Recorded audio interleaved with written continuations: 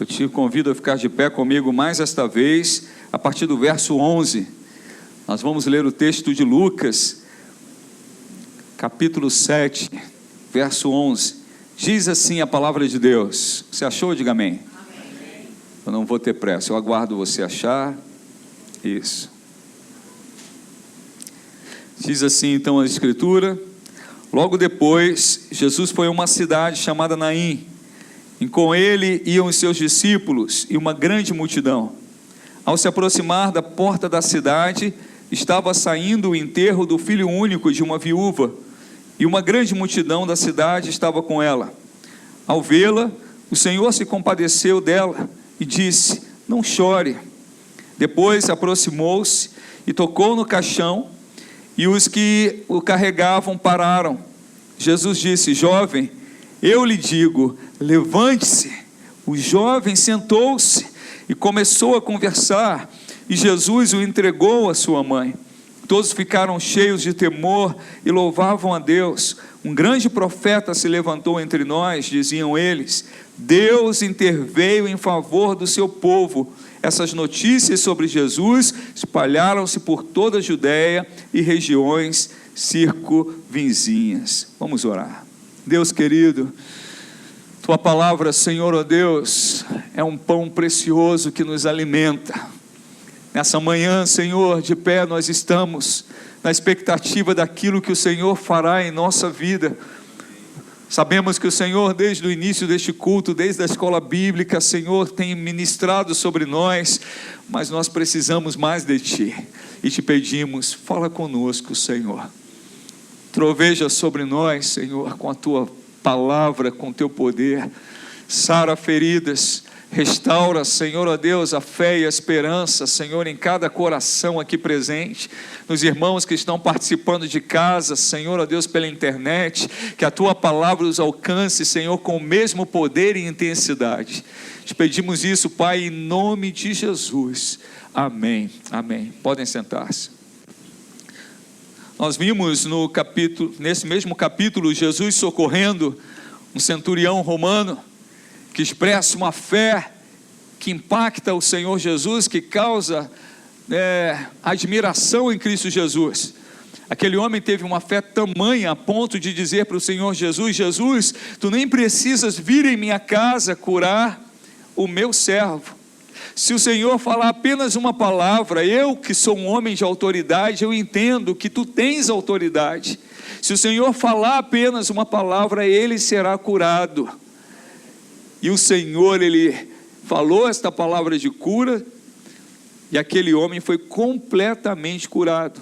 Então o Senhor, Ele não só socorre o centurião romano, que demonstra essa fé, mas Ele também se compadece de uma viúva, dessa cidade chamada Naim, que naquele momento mais amargo da vida daquela mulher, aquele momento de profunda dor, a fé daquela mulher talvez tivesse até mesmo desaparecido.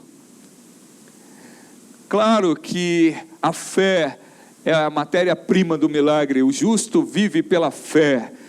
A salvação é pela fé em Cristo Jesus. Mas eu quero começar essa pregação destacando isso desse texto, que mesmo quando você está tão alquebrado, tão ferido, a ponto de tua fé estar abalada, o Senhor, Ele continua o mesmo Deus poderoso, e nada pode impedir Ele de agir.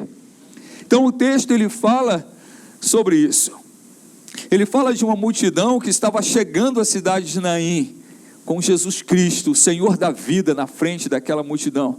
Uma multidão que estava vendo Jesus curar, Jesus libertar, estava recebendo a palavra de salvação, as boas novas do cumprimento da chegada do Messias tão esperado pelo povo de Deus. Pessoas que não podiam andar, agora passavam a andar. Pessoas que não tinham mais sua visão e tinham que mendigar por estarem cegos, agora podiam ver. Pessoas que eram execradas pela sociedade como prostitutas, como publicanos, agora eram recebidos pelo Senhor Jesus e transformados a ponto do Senhor dizer: vai, não peque mais, a tua fé te salvou, te curou. E aquela multidão vem com Jesus chegando para Naim, cheio de alegria, cheio de vida, regozijando-se na presença do Senhor. Aonde Jesus está, há alegria. Há alegria, irmãos. Mas, no sentido contrário, vinha saindo da cidade de Naim uma outra multidão em prantos, uma multidão sofrida, uma multidão chorando, uma multidão lamentando, onde eles estavam ali seguindo um caixão que representa a morte, um jovem morto, sua mãe viúva, tinha aquele filho único, estava vendo ali o final da sua esperança, da sua alegria. E eu fico sempre, quando eu olho para esse texto, muito impressionado como o Espírito Santo nos mostra aqui o encontro da multidão que vem seguindo a morte e da multidão que vem seguindo a vida. Aleluia! E quando essas multidões se encontram, há uma explosão de graça, de poder, de misericórdia, porque Jesus está à frente da multidão que glorifica a vida. Jesus está à frente da sua igreja. Jesus está à frente dos seus servos, dos seus discípulos. Jesus está aqui à nossa frente, irmãos. Amém? Então, o príncipe da paz, ele se mostra nesse encontro muito maior do que o rei dos terrores, que é a morte. Tem alguma coisa mais assombrosa que a morte? Você já perdeu um ente querido que você ama muito? Que você está convivendo com aquela pessoa e você ama, e você toma café com aquela pessoa, e você, abraça, e você passa, você ama, e de repente, por um instante, a morte chega e aquela pessoa já não mais está contigo. Assim que minha mãe partiu para o Senhor, eu, às vezes, até tomando banho, chorava. O luto, irmãos? É uma dor terrível. E eu pensava comigo: Senhor, eu daria tudo para tomar um café com a minha mãe. Daria tudo. Eu entregaria minha casa. Eu me entregaria tudo, Senhor.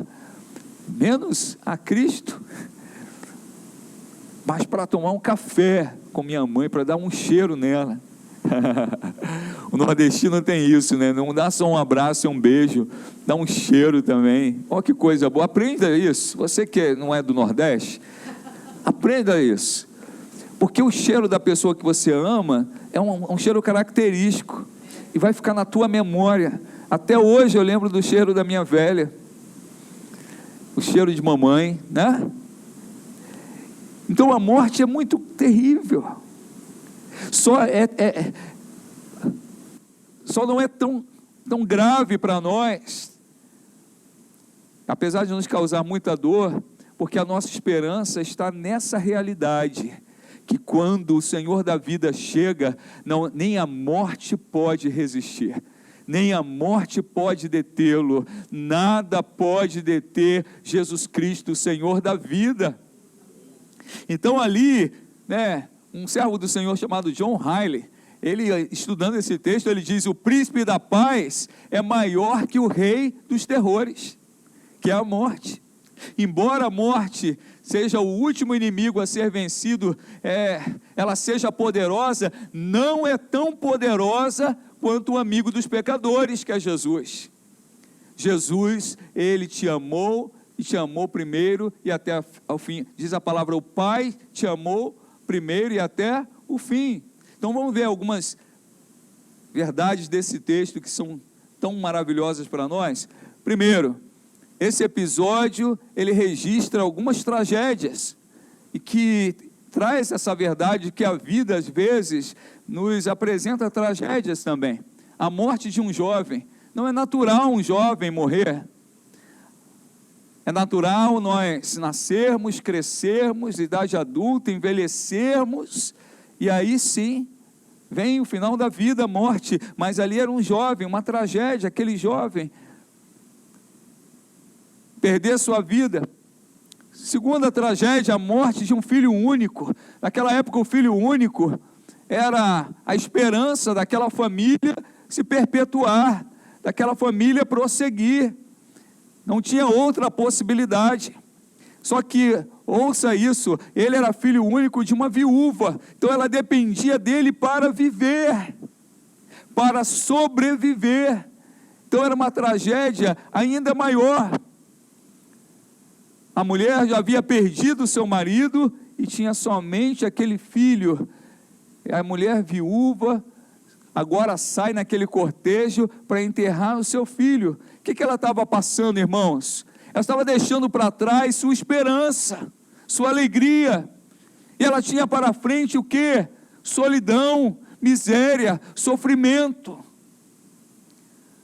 Quantas vezes nós também não enfrentamos tragédias na nossa vida, não, além da perda de alguém que amamos, mas tragédias que nos tiram a esperança, que nos tiram a alegria, e que colocam diante de nós um cenário terrível, possibilidades ruins, um cenário futuro que é desesperador.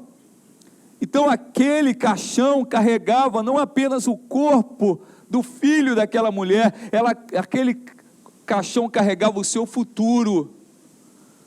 Ela estava lamentando a perda do seu filho, mas também envolta com isso, ela lamentava o fim do seu futuro.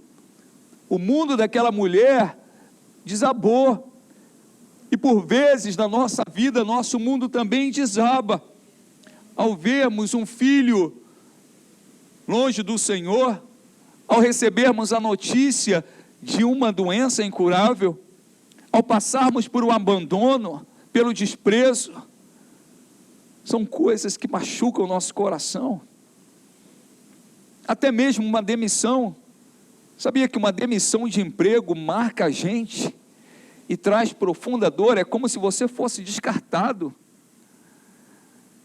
É como se você não tivesse mais valor naquele ambiente, naquele trabalho. Quem vê aquela dor? Jesus. Jesus sabe a dor que aquela mulher estava sentindo. Ele era Deus, Ele conhece o coração de cada um de nós, Ele conhecia o coração dela. E eu quero te dizer nessa manhã, Jesus conhece a tua dor, Ele conhece o teu sofrimento, Ele conhece as tuas dificuldades, Ele é aquele que colhe as tuas lágrimas, Ele é aquele que ouve a tua súplica, o teu clamor. Jesus ainda hoje vê a nossa dor. Ele não está alheio a uma corrente na teologia, que é uma coisa diabólica, que diz que Deus criou o mundo, criou os homens e cruzou os braços e disse: agora é com vocês, não vou me meter nisso. Mas a palavra de Deus, ela mostra aqui, e olha lá no último versículo que lemos, a frase é a seguinte: Deus interveio em favor do seu povo. Nosso Deus é um Deus vivo que intervém em nosso favor. Diga glória a Deus. Ele intervém em teu favor. Então Jesus, Ele se compadece de nós nas nossas aflições. Aquela mulher estava sofrida, mas Jesus enxerga aquela dor, se compadece dela, e nós às vezes podemos nos compadecer da dor de alguém, orar por essa pessoa, nos colocarmos ao lado dela, mas só Ele tem poder para mudar essa realidade. E o Senhor Jesus estava ali diante daquela mulher, mas eu quero te dizer que Ele continua diante do seu povo, diante daqueles que o buscam. Jesus está presente neste lugar e em nossa vida. Você crê nisso? Amém?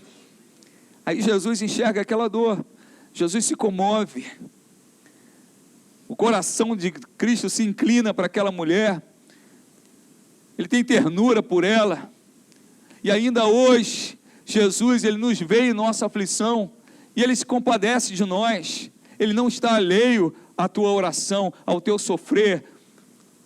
Ele não está alheio ao perigo que você está. Às vezes você nem está vendo. Mas o Senhor não está alheio, Ele vê todas as coisas. Ele vê até a cilada que está à tua frente, a dor que se aproxima. E Ele intervém em nosso favor. E aí Jesus, Ele que conhece a realidade daquela mulher, nos diz nessa palavra: eu conheço a tua realidade. Cada um de nós traz consigo suas alegrias e também suas dores. Às vezes nós olhamos para uma pessoa e falamos: queria ter a vida de fulano. Você não sabe de nada. Você só vê uma parte da vida dessa pessoa, uma parte de quem ela é. Só ela sabe as dores da sua vida. Tem uma música secular, mas com uma frase que é uma verdade: cada um sabe a dor e a delícia de ser o que é. Então, para de achar que o teu irmão tem uma vida melhor. Cada um sabe a sua dor, mas o Senhor, Ele conhece a dor de todos nós. Às vezes você tem a dor de ter uma autoestima baixa. Você se acha a pior pessoa, você acha mais feio, você se acha incapaz, você se acha, né, inadequado. Isso é uma dor avassaladora. Por vezes você também é uma pessoa que foi abandonada, é uma dor avassaladora. Mas o Senhor Jesus, Ele, vou repetir, irmãos, não está alheio. Ele conhece o tamanho da tua dor. Às vezes você tem uma dor porque você foi abusado. E essa ferida, ela cicatriza, mas o único que tem poder para curar completamente, só Deus. A dor do abuso, só o Senhor pode tirar. E Ele está aqui no meio de nós, tocando corações, falando comigo e com você, e Ele está sarando essas dores em nossa vida. Ele sabe o que nós temos passado, Ele conhece a nossa realidade, e Ele não fica alheio. Ele tem poder para mudar. Você crê nisso? Ele tem poder para sarar. Ele tem poder para restaurar. Ele tem poder para mudar a tua história. Jesus, Ele ressuscita aquele jovem, e sabe qual é o motivo? O amor, a compaixão dele pelaquela mãe. Jesus se compadece, e Ele opera ali. É impossível, irmão, saber quantas vezes nós recebemos o socorro de Deus. Muitas vezes você viu, outras vezes você nem percebeu, mas o nosso Deus é um Deus que nos socorre, que nos alivia, que nos dá a sua bênção, suas dádivas, um escape, um livramento. Deus é um Deus presente, vivo. Esse texto fala sobre isso. O nosso Senhor Jesus é um Deus vivo, que opera em nossa vida. Ele não nos deixa só, e Ele chega na hora certa. Ou você acha que essa reunião de Jesus com essa viúva e essa multidão em pranto não estava na agenda de Deus antes de Jesus vir? Você acha que Jesus passou ali por acaso? Jesus não passou na sua vida por acaso. Ele veio porque Ele te ama. Ele chega sempre na hora certa. Ele é um Deus fiel, aleluia. Favores imerecidos, é impossível a gente contar quantos favores, quanta graça recebemos de Deus. Devido a quê, pastor? Por que Deus faz isso? Porque Ele te ama. Porque Ele me ama? Porque Ele decidiu te amar. É porque você merece, é porque Ele decidiu te amar. Esse texto, ele destaca, irmãos, quão poderoso é o amor de Deus, quão intenso é o amor de Deus, a ponto de transformar morte em vida, a ponto de transformar choro em riso e alegria. Ou você acha que quando aquele menino ficou de pé, o que aconteceu? Meu Deus, as pessoas gritaram: meu Deus, o que é isso? O que é isso? O morto viveu, e a mãe teve de volta seu filho. Uma coisa que não tinha passado pela cabeça daquela mulher é que havia um Deus poderoso, fiel e capaz de interromper a morte e trazer a vida. Mas é desse Jesus que eu te falo nessa manhã. Ele continua o mesmo, poderoso e capaz de transformar até a morte em vida. Aleluia. Jesus é aquele também, irmãos, que enxuga nossas lágrimas. Ele tem poder para isso. Não tem uma coisa, um texto mais impróprio para você dizer durante um sepultamento para uma pessoa que está chorando pelo seu ente querido do que: não chora, não chora. Talvez você já tenha passado por isso. Não chora não. No sepultamento da minha mãe, minha irmã queria se desesperar. Eu falava: chora, só não se desespera. Quando ela começava a gritar, eu: Regina, pode chorar, mas não se desespera, mamãe está com o Senhor. Mas quando você chega para uma pessoa e fala assim: não chora, não chora, é impróprio. Até Jesus chorou. Mas por que Jesus diz aqui? Olha o que Jesus diz, lá no verso 13: ao vê-la, o Senhor se compadeceu dela e disse o quê? Não chore. Você pode dizer: mas Jesus, isso é impróprio, não é adequado falar isso. Jesus não falou não chore simplesmente para dizer àquela mulher uma palavra de consolação e ir embora. Ele falou não chore porque Ele tem poder de transformar o choro em riso. Ele falou não chore porque Ele estava ali não apenas para dar uma frase de efeito, falar alguma coisa. E realmente é difícil saber o que dizer num momento como esse. E deixa eu te dar uma dica: quando você não souber o que dizer, fique calado. Não sabe o que dizer? Só fica do lado da pessoa e ora por ela. Mas Jesus, Ele sabia o que dizer. Ele era a própria palavra viva. Ele é o Deus Todo-Poderoso. Então Ele diz: não chore, não apenas com essa frase de efeito, não, mas Ele era o dono da vida. Ele estava se revelando como tal e dizendo: eu sou a vida. Não chora, porque eu vou mudar a história do seu filho e a sua também. Eu vim para isso, eu vim para mudar a tua história, eu vim para transformar a tua vida, eu vim tirar você do cativeiro da morte e te dar vida e vida eterna. Ontem aqui nós tivemos ontem foi um dia muito especial. À tarde nós tivemos o seminário para novos membros. Então nós tínhamos aqui um bom grupo de irmãos que estão chegando à igreja.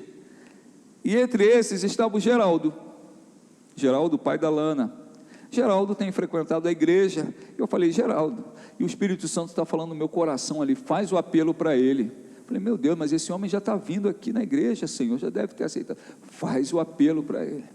Aí durante a apresentação, Geraldo falou: eu vim do Espiritismo, mas agora eu estou frequentando aqui a igreja. Passou a aula, já lá no final da aula, eu não posso deixar de fazer aquilo que o Espírito Santo, você também não pode deixar de fazer aquilo que o Espírito Santo tocar no seu coração. Eu levantei e falei: Geraldo, você já entregou sua vida para Jesus? Você já confessou Jesus? Já, pastor. Publicamente não, só aqui no meu coração. Mas eu vou te dar a chance hoje de você fazer isso publicamente, porque diz a palavra de Deus: aquele que me confessar diante dos homens, eu confessarei diante de meu Pai. E foi um momento glorioso. Eu falei: Geraldo, você crê no Senhor Jesus como teu único e suficiente Salvador? Eu creio. Você rejeita as obras do diabo que você antes estava envolvido? Eu rejeito. Você se arrepende dos seus pecados? Eu me arrependo. E nós oramos por ele. Irmãos, ontem teve no meio de um seminário, olha o que Jesus faz, esse é o encontro do cortejo da morte com o cortejo da vida.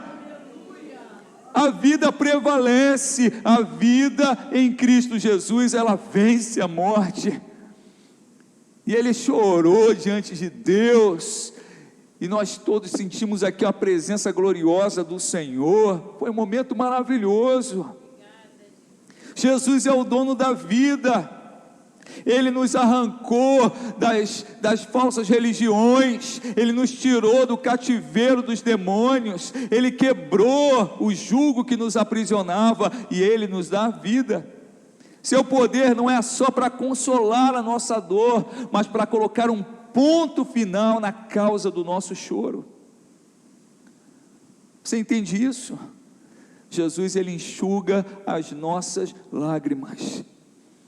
Jesus, Ele triunfa sobre a morte que nos cerca. A morte nos cerca. Todos os dias somos entregues à morte. Quantas pessoas saem para trabalhar e não conseguem retornar? Quantas pessoas vão fazer uma cirurgia simples e não voltam para casa? Quantas pessoas saem para uma viagem em família e não retornam? Mas além dessa morte que ceifa a nossa vida, hoje a morte espiritual, ela nos cerca, tenta te afastar de Deus, tenta esfriar a tua fé, tenta impedir que você se batize, tenta impedir que você se renda a Cristo Jesus. Ou foi só comigo que na hora do apelo mesmo, que falaram, quem deseja receber a Cristo? Havia uma luta dentro de mim. É a morte com a vida, é a luz com as trevas, é o espírito e a carne. Mas Jesus, Ele tem poder sobre a morte. Ele tem poder, Ele triunfa sobre a morte. A ressurreição triunfa sobre a morte. Jesus não se afasta daquele morto. Para o judeu, ele tinha que se afastar. Jesus, Ele não se afasta, Ele não se afasta de você. Ele toca em você, mesmo quando a morte está te rondando, seja a morte física, a morte espiritual, a morte da tua fé, a morte, da tua esperança, a morte da tua santidade, a morte da tua fidelidade. Quando a morte está te rondando, Jesus não se afasta de você. Então não deixa de vir à igreja, não deixa de curvar os teus joelhos, porque por mais que a morte esteja te rondando, Ele é fiel para quebrar os protocolos judaicos e tocar em você e dizer, eu quero que você viva, eu quero que você volte a ser santo como eu sou santo, eu quero que você volte a ter esperança, eu quero que a tua fé seja avivada, eu quero que você volte a ser cheio do meu Espírito, eu quero. O Senhor, Ele toca em nossa vida, Ele chega mais perto. Jesus, Ele toca no caixão, Ele toca naquele caixão, Ele para os que conduzem o enterro e carregavam aquele morto, Ele interrompe o cortejo fúnebre. Jesus, Ele chama o morto e dá uma ordem, jovem, eu lhe digo, levante-se. O Senhor, Ele não faz simplesmente um convite, Ele é Deus. Ele não tem apenas um desejo de te fazer reviver, Ele tem poder e Ele faz. Aquela mãe não tinha força nem para clamar a Deus, e talvez você nessa manhã também não tenha forças. Aquela mãe não tinha expectativa, não tinha esperança, para ela a morte tinha a última palavra. Talvez você também tenha perdido sua esperança, talvez você também esteja entrando e saindo da igreja, mas seu coração está frio. Jesus está aqui, Ele pode tocar na sua vida. O judeu tinha aversão a cadáver, porque eles não podiam tocar em cadáveres. Jesus, Ele não tem aversão a você. Jesus, Ele ama pecadores, Ele veio para salvar pecadores. Ora, se o salário do pecado é a morte, aquele que vive em pecado, ele está morto. Assim como Jesus, ele encontrou aquele cortejo, mudou aquela história. Ele está aqui hoje, nessa manhã, e Ele veio mudar a nossa história.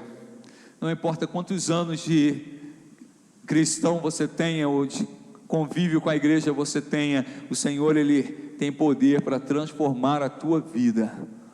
Ele chama o morto e dá uma ordem, e a ordem do Senhor para nós é: levante-se, levante-se. A morte não é o teu lugar, o caixão não é o teu lugar, as trevas não são o teu lugar, as sombras não são o teu lugar, igreja. O pecado não pode ser comum a você, a imoralidade não é o teu lugar, a corrupção não é uma prática comum a você. As trevas não são o teu lugar. Levante-se. É a ordem do Senhor para mim e para você nessa manhã. E quando nós ouvimos a ordem do nosso Senhor, nós temos que obedecer. Não há nada que possa nos impedir de obedecer. Nem a morte pôde impedir aquele jovem de obedecer a Jesus e se levantar e voltar a viver. Nada poderá te impedir, nem teus pecados, nem as armações do diabo contra você, nem teus conceitos errados, nem, a pressão que este mundo faz contra você. Igreja do Senhor, levante-se e viva a vida nova que o Senhor conquistou para ti. Viva a vida nova. A nova vida que Jesus conquistou para você é a palavra do Senhor para mim e para você. Ele quer nos ver de pé, sarados, restaurados, lavados, remidos, não dentro de um caixão, e agora eu digo de uma forma figurada, não sendo carregado por uma multidão, não de uma forma paralisados, como um cadáver dentro de um caixão, mas Ele quer nos ver vivos, porque Ele veio para nos dar vida. Ele disse: eu sou o caminho, a verdade e a vida. Que vida você tem vivido? Você tem se acostumado com o cortejo fúnebre, ou nessa manhã, na presença do Deus Altíssimo, daquele que tem todo o poder para trazer vida, para ressuscitar a tua fé, a tua esperança? Ou você vai abrir o teu coração e dizer: não, Senhor, eu entendi o que o Senhor falou comigo nessa manhã, eu me coloco de pé, o Senhor me deu vida e eu vou viver essa nova vida, eu não vou seguir com um cortejo fúnebre. Porque, pasmem, dentro daquele cortejo fúnebre, certamente havia pessoas que, mesmo vendo o morto ressuscitar, não seguiu Jesus. Quantas vezes os fariseus, os saduceus, viram Jesus operar? Quantas vezes os chefes das sinagogas viram o Senhor operar? E eles estavam tão cegos, que em vez de louvar a Deus pela cura do cego, começaram a inquirir os pais do cego, para saber se era cego de nascença mesmo, e os pais, com medo, falaram: ele já é adulto, pergunte a ele. E aí perguntaram ao homem: quem é esse que te curou? E aquele cego que agora podia ver, disse: olha, quem ele é eu não sei, eu só sei que eu era cego e agora eu posso ver. Aleluia. Aquele homem estava cheio de alegria. E os fariseus e os chefes da sinagoga, diante da vida, continuaram no cortejo fúnebre. Eles não estavam alegres pela cura do cego, eles estavam com raiva de Jesus, porque Jesus curava no sábado. Alguns de nós estamos presos a algumas coisas e não enxergamos a glória de Jesus. Quando você está diante da vida e não enxerga a vida, é porque você realmente está cativo pela morte. Sabe o mistério dessa palavra? A Escritura toda diz: escolhe a bênção, escolhe a vida e não a morte. Mas o mistério dessa palavra é que mesmo aquele jovem sem escolha, o morto pode escolher. Ele podia falar assim: Jesus, me ressuscita. Aquela mãe pediu alguma coisa a Jesus? Quantos de nós não pedimos nada a Jesus, mas um dia glorioso, nós simplesmente despertamos o sono da morte, vimos a Cristo e dissemos: Senhor, obrigado, Senhor, porque eu estava morto, mas agora eu vivo. O mistério dessa palavra é mesmo quando a gente não tem condições de clamar a Deus, Ele é tão poderoso, maravilhoso, intenso, profundo, que Ele age em nossa vida, Ele transborda em amor e Ele muda a nossa história. Então nessa manhã eu quero junto contigo clamar ao Senhor e apresentar a Ele a nossa vida. E se há áreas mortas em você, Ele tem poder para restaurar. Se a tua fé está quebrada, Ele tem poder para restaurar. Se você está paralisado na tua vida com Deus, como quem está dentro de um caixão, se você parou de crescer, parou de produzir como uma árvore seca e sem fruto, o Senhor te chama nesta manhã e diz: levante-se, eu sou o Senhor da vida, eu tiro a morte e injeto a minha vida em você, e derramo minha graça sobre você. O Senhor, Ele quer restaurar o nosso vigor, amém? Vigor vem da palavra vida. Ele quer restaurar a vida em nós, porque não adianta estar na igreja, não adianta entrar no templo, se você continua morto, se você continua como os chefes da sinagoga da época, deixando de viver a vida abundante que Cristo poderia lhes dar, preso a rituais e a costumes, valorizando mais as minúcias da lei do que a gloriosa graça e poder do nosso Deus. Não há nada impossível para Deus, amém? Então essa palavra, qual é a aplicação dessa palavra na nossa vida? Primeiro, o Senhor age até mesmo quando não temos forças para clamar, mesmo quando não temos condições de suplicar, Ele age. Segundo, Ele é um Deus que intervém em nosso favor. O último verso que lemos diz, na palavra de Deus: Deus interveio em favor do seu povo. Deus é aquele que intervém a teu favor.